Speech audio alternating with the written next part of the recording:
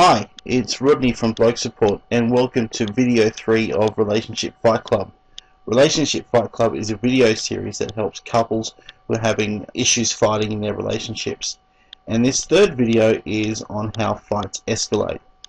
And we're going to take what we've learnt already in the first two videos, that's the rules of Relationship Fight Club and how fights actually start, and we're going to look at how these come together to escalate fights, because it's when fights start escalating that they become dangerous and that they start having a negative impact on your relationship. So if we can understand how it is that they escalate, we can take steps to stop them from escalating and save your relationship. Okay, so in video 2 we saw how fights start. They start with an event, we then interpret or process that event, that causes an emotional response that elicits our behavior, and so then that behavior goes on and becomes the next event that's interpreted, processed, causes emotional response, causes a behavior, and it keeps going and going. And it's this reason why fights actually seem to go forever and they seem to not have an end.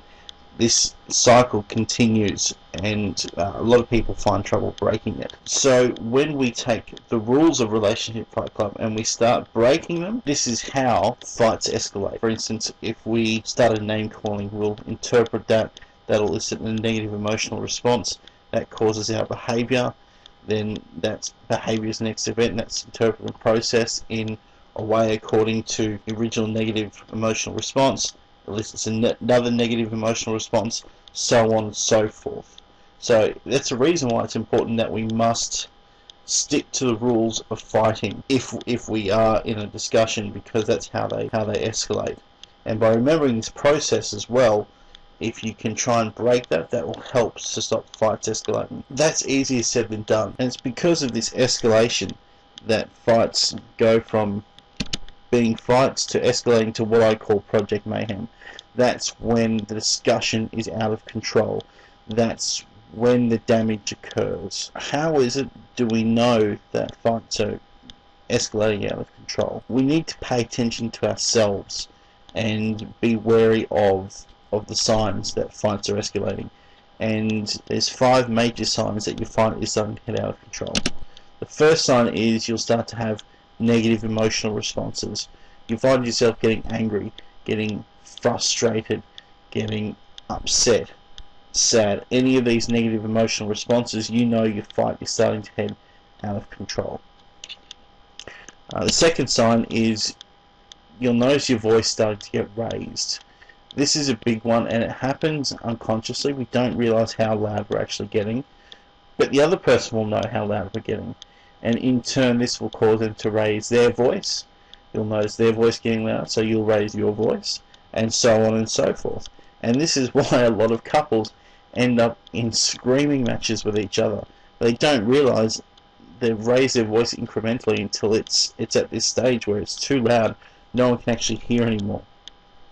In fact, if you notice your voice starting to raise, or your partner's voice starting to raise, the thing to do is to lower your voice. This will cause a different response and will stop that process of escalation happening. The third sign is you'll notice you'll start having adrenaline or other physiological symptoms.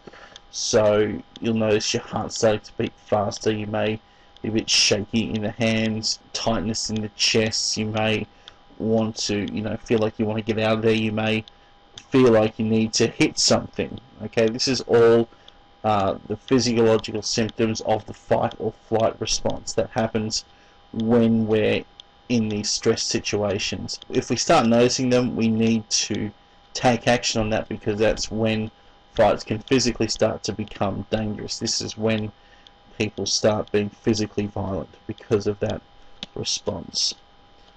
The fourth sign that your fight is escalating is you'll start having aggression, and this is different from just feeling angry. This is aggression in your behavior. So you'll start to probably try and put down, start to try and emotionally hurt the other person.